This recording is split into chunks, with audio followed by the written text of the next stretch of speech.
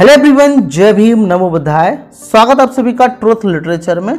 और आज की वीडियो में हम डिस्कस करेंगे पत्र व्यवहार जाति का विनाश पुस्तक में से, जो कि जैसा कि मैंने पहले वीडियो में बताया था कि जात पात तोड़क मंडल नाम का एक संगठन था जिसने एक आयोजन किया था, जो कि बाबा साहब अम्बेडकर को बुलाने का प्रयास किया था, उन्हें अध्यक्ष बनाया था। शुरुआत में बाबा साहब अम्बेडकर तैयार नहीं हुए, लेकिन जब उन पर बार बार दबाव बनाया गया तो वो राजी हो गए। लेकिन जब बाबा साहब अम्बेडकर ने अपना भाषण है जो उनको लिखकर भेजा, तो उस भाषण से उनको आपत्ति थी। तो उनके जो जाति पात तोड़क मंडल के जो सदस्य थे, उन्होंने बाबा साहब अम्बेडकर का भाषण की कुछ अंश हटाने को बोला। तो बाबा साहब अम्बेडकर ने बोला था कि मैं इस भाषण का एक कॉमा भी नहीं हटाऊंगा। तो इसी बीच हम आज की वीडियो में हम डिस्कस करेंगे किस प्रकार से वह पत्रों का आदान प्रदान हुआ और किस प्रकार की घटना हुई, तो हम विस्तार से जानेंगे। तो यदि आप चैनल पर नए हो तो कृपया करके इस वीडियो को और सब्सक्राइब जरूर करें चैनल को, और वीडियो को अंत तक पूरा देखें ताकि पूरी बात आपको समझ में आ सके। तो यहाँ पर बाबा साहब अम्बेडकर लिखते प्रस्तावना में, मैंने यह भाषण क्यों तैयार किया और किन कारणों से नहीं दे पाया।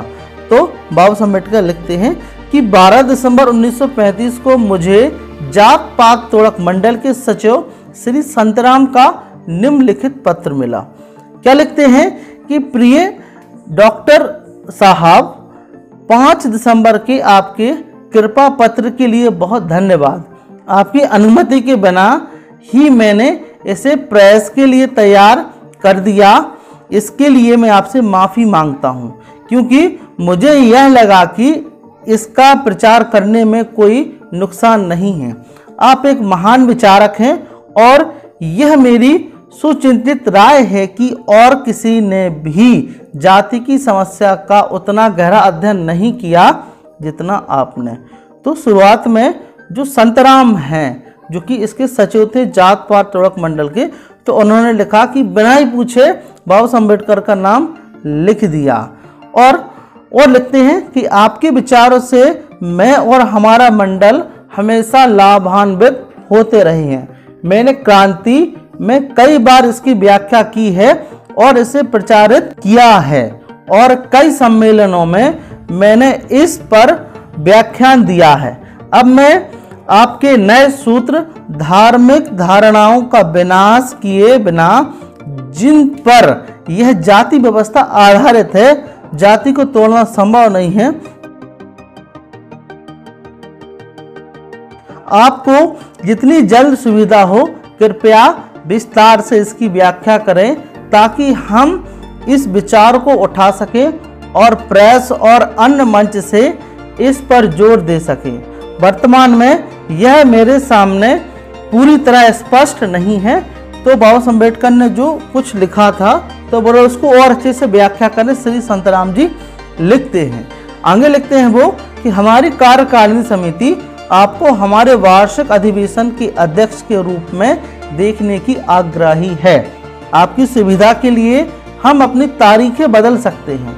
पंजाब के इंडिपेंडेंट हरिजन, तो यहाँ पर जो हरिजन शब्द है का इस्तेमाल हुआ है, जो कि अम्बेडकरवादी लोग इसका विरोध करते हैं, लेकिन उस समय जो गांधी की उपज थी हरिजन, इसलिए लिख रहे हैं कि पंजाब के इंडिपेंडेंट हरिजन आपसे मिलने और आपके साथ अपनी योजनाओं पर चर्चा करने के लिए बहुत उत्सुक हैं। यदि आप हमारे अनुरोध को स्वीकार करते हैं और अधिवेशन की अध्यक्षता करने के लिए लाहौर आते हैं, तो इससे दोहरे उद्देश्य सधेंगे। हम सभी रंगत के विचारों के हरिजन नेताओं को आमंत्रित करेंगे। फिर से हरिजन लिख रहे हैं, और आपको उन्हें अपने विचारों से अवगत कराने का अवसर मिलेगा। मंडल ने हमारे सहायक सचिव श्री इंद्रपाल सिंह को नियुक्त किया है कि वे क्रिसमस में आपसे बंबई में मिलें और आपको हमारा अनुरोध स्वीकार करने के लिए सहमत कराने के उद्देश्य से समूचे हालात पर आपसे चर्चा करें। तो मैंने स्टार्टिंग में बोला था ना कि बाबा साहब अम्बेडकर ने इसे मना कर दिया था शुरुआत में, तो इसको इंद्रपाल सिंह जो उनके सचिव हैं, सहायक सचिव, उनको भेजा बाबा साहब अम्बेडकर के ऊपर दबाव बनाने के लिए। तो बाबा साहब अम्बेडकर लिख रहे हैं कि जात पात तोड़क मंडल मुझे बताया गया था। हिंदू समाज सुधारकों का एक संगठन है, जो सवर्ण हिंदू समाज उनका एक संगठन है, जिसका एक और मात्र उद्देश्य हिंदुओं के बीच से जाति व्यवस्था को खत्म करना है।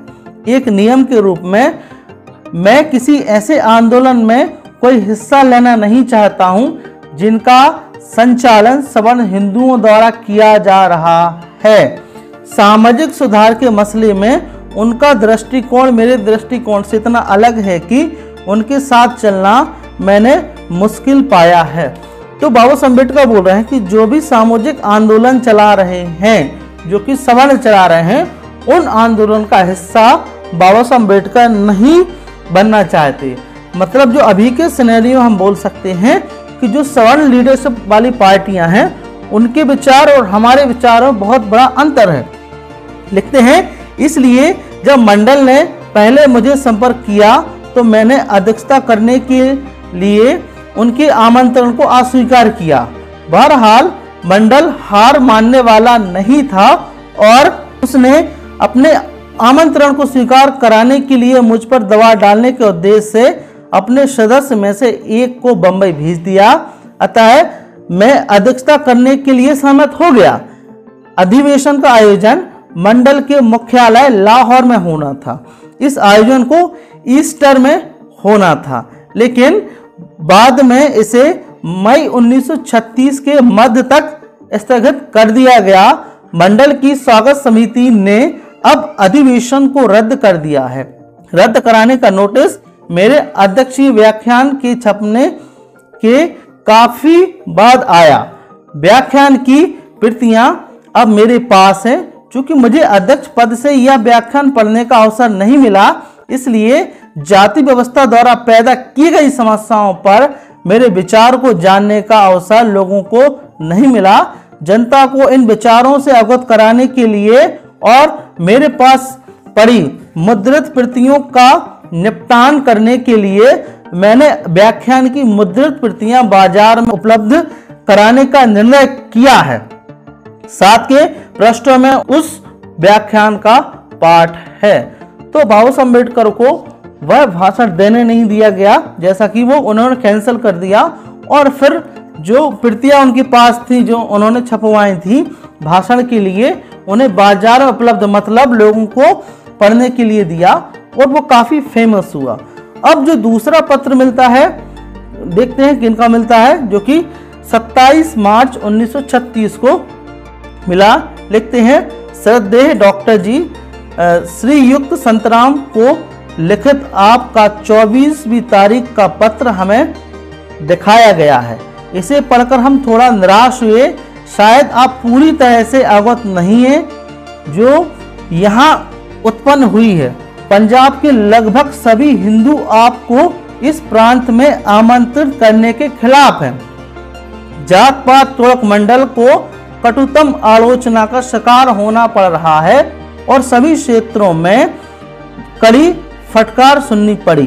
तो यहाँ पर जो लिख रहे हैं कि जो बाबा साहब अम्बेडकर को बुलाने के खिलाफ भी थे लोग, और जब उन्हें मतलब इस प्रकार से और जाति को मिटाने का काम कर रहे हैं, तो कितनी बड़ी बात है। हम बोल सकते हैं कार्य लोग, हम बोल सकते हैं कि उनको डर भी लगा, फटकार सुननी पड़ रही है।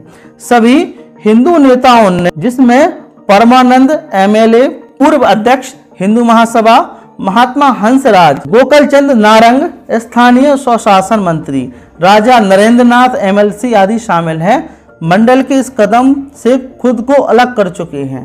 तो जब संतराम को जो पत्र मिला था तो इनसे अलग कर चुके, क्योंकि बाबा साहब अम्बेडकर आ रहे हैं, तो उनके रोंगटे खड़े हो गए, हम कह सकते हैं।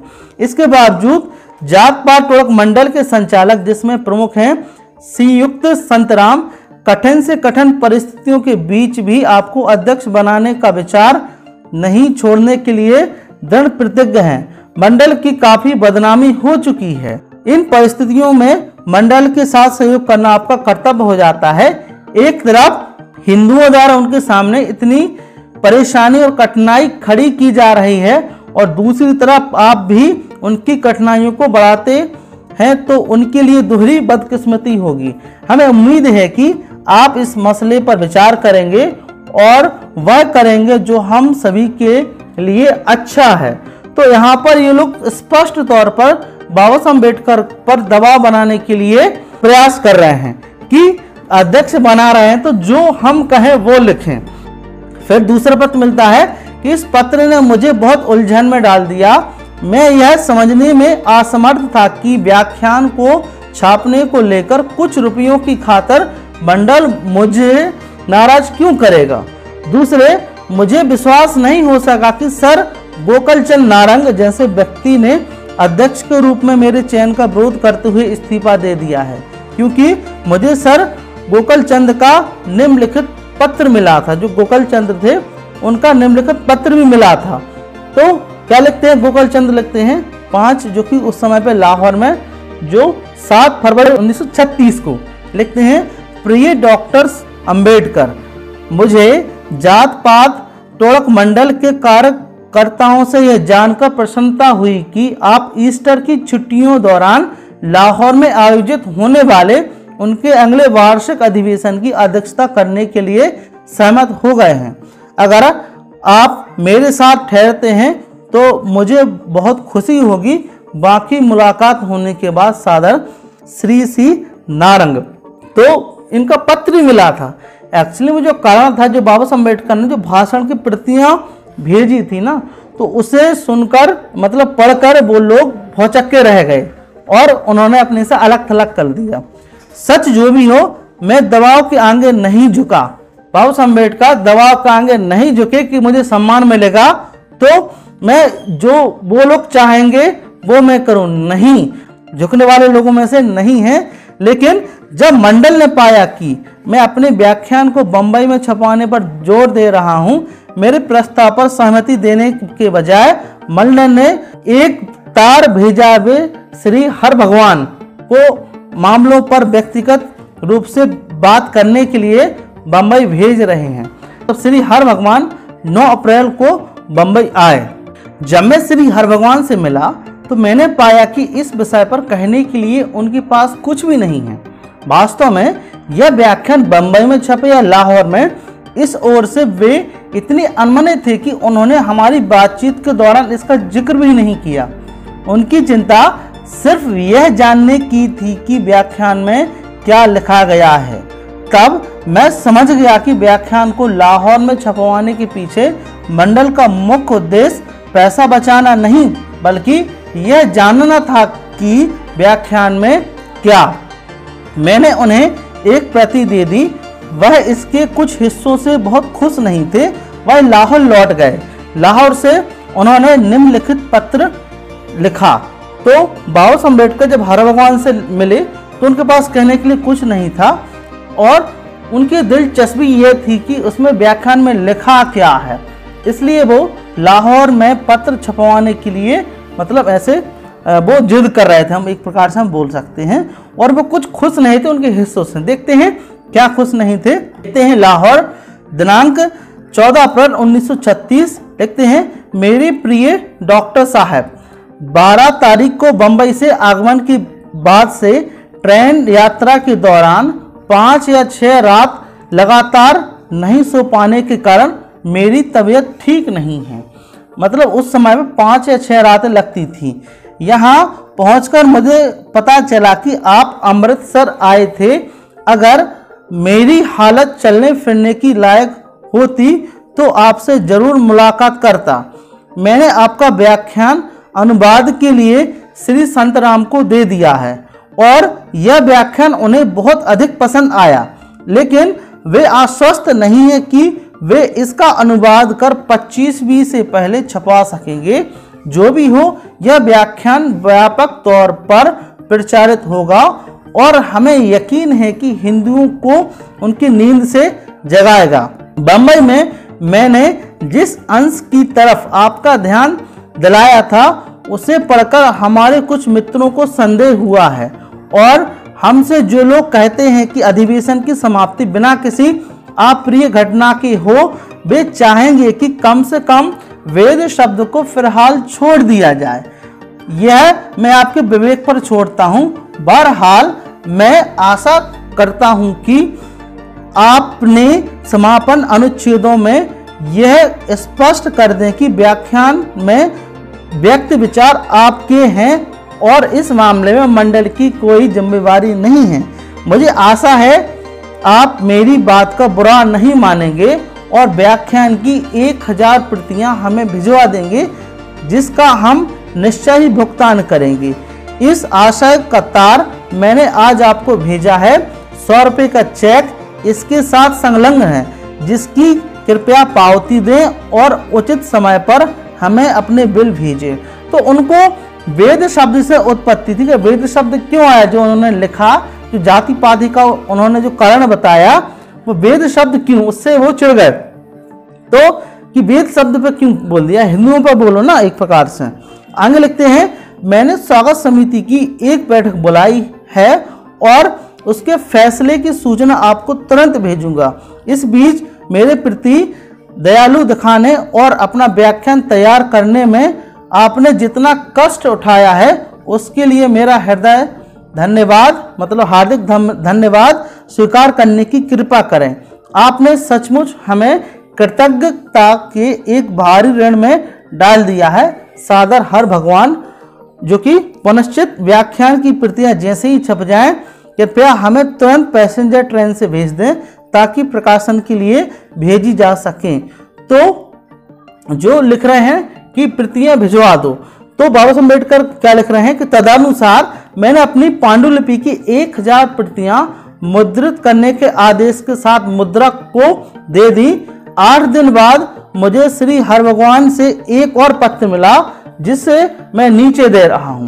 तो 8 दिन बाद फिर वो पत्र मिला। बाबा साहब अम्बेडकर बोल रहे हैं कि लाहौर 22 तारीख को मिला, 22 अप्रैल 1936 को।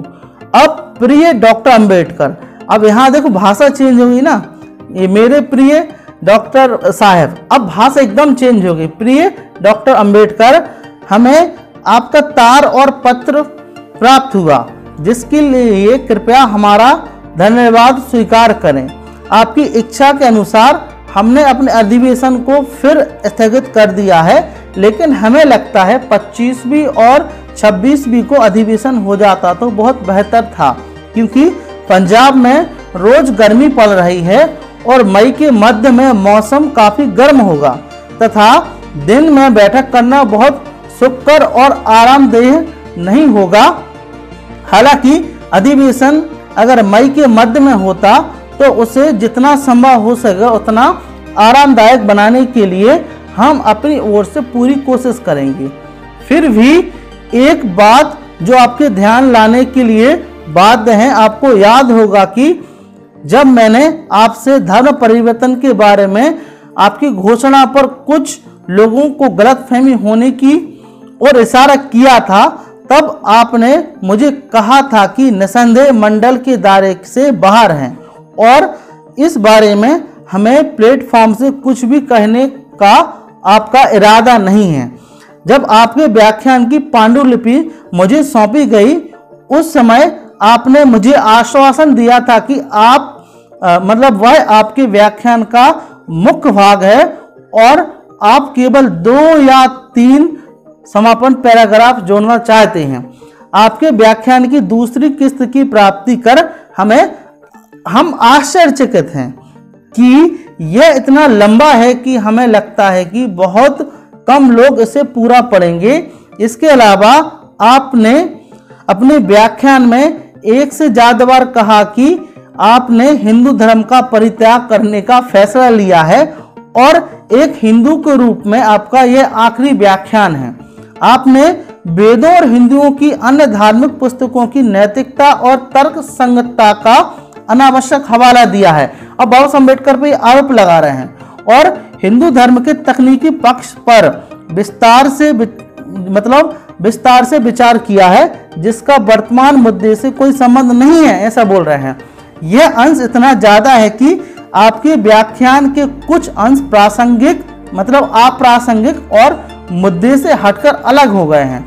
हमें यह प्रसन्नता होगी अगर आपने अपना व्याख्यान उसी अंश तक सीमित रखा होता जो मुझे दिया गया था, अथवा कुछ जोड़ना जरूरी था। तो आपने ब्राह्मणवाद बगैर पर जो लिखा है वहीं तक सीमित रखते। व्याख्यान का आखिरी भाग, जिसमें हिंदू धर्म के संपूर्ण विनाश और हिंदुओं की पवित्र पुस्तकों की नैतिकता पर संदेह की चर्चा है और साथ ही हिंदुत्व के दायरे से बाहर आने की आपकी इच्छा के बारे में संकेत है।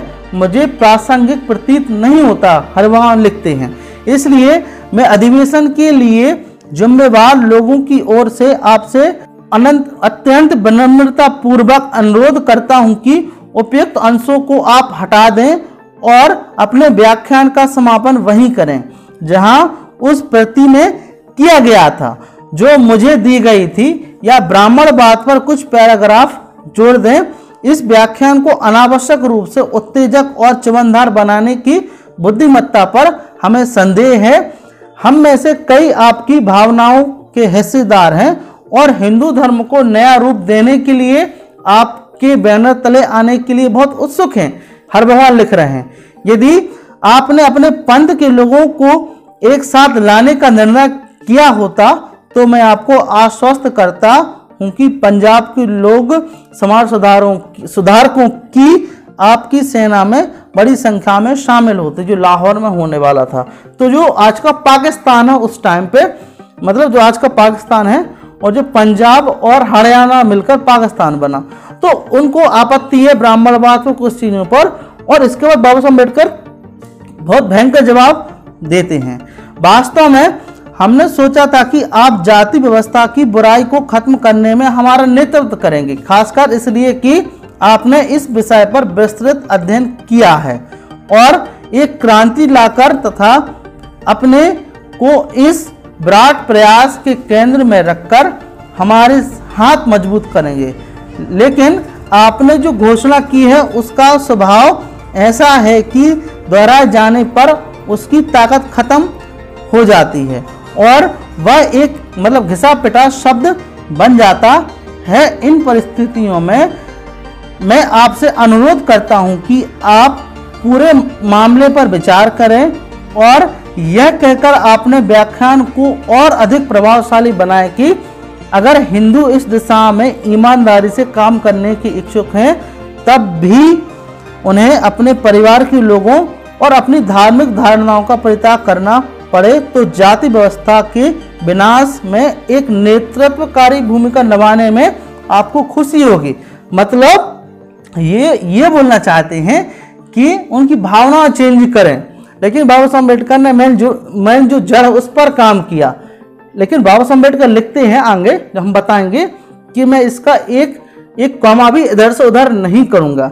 अब इस बिंदु पर जब हम काफी खर्च कर चुके हैं और दुविधा का शिकार भी हैं, आप हमारी मदद करें और लौटती डाक से बता सकें कि आप उपयुक्त के अनुसार अपने व्याख्यान को सीमित करने के लिए सहमत हो गए हैं तो मैं कृतज्ञ रहूंगा। आप अभी भी व्याख्यान की मूल प्रति को ही छपवाने का आग्रह करते हैं तो हमें बहुत अफसोस है कि इस अधिवेशन का आयोजन करना संभव नहीं होगा, बल्कि यही हमारे लिए उचित होगा और हम इसे अनिश्चित काल के लिए स्थगित करना पसंद करेंगे। यद्यपि बार बार स्थगित करने से हमारी साख समाप्त हो जाएगी। बहरहाल हम ये स्पष्ट करना चाहेंगे कि जाति व्यवस्था पर इतनी अद्भुत पुस्तक लिखकर जो अभी तक के समस्त लेखन को पीछे छोड़ देती है और कह सकते हैं कि यह एक मूल्यवान विरासत शामिल होगी, आपने हमारे हृदयों में एक स्थान बना लिया है।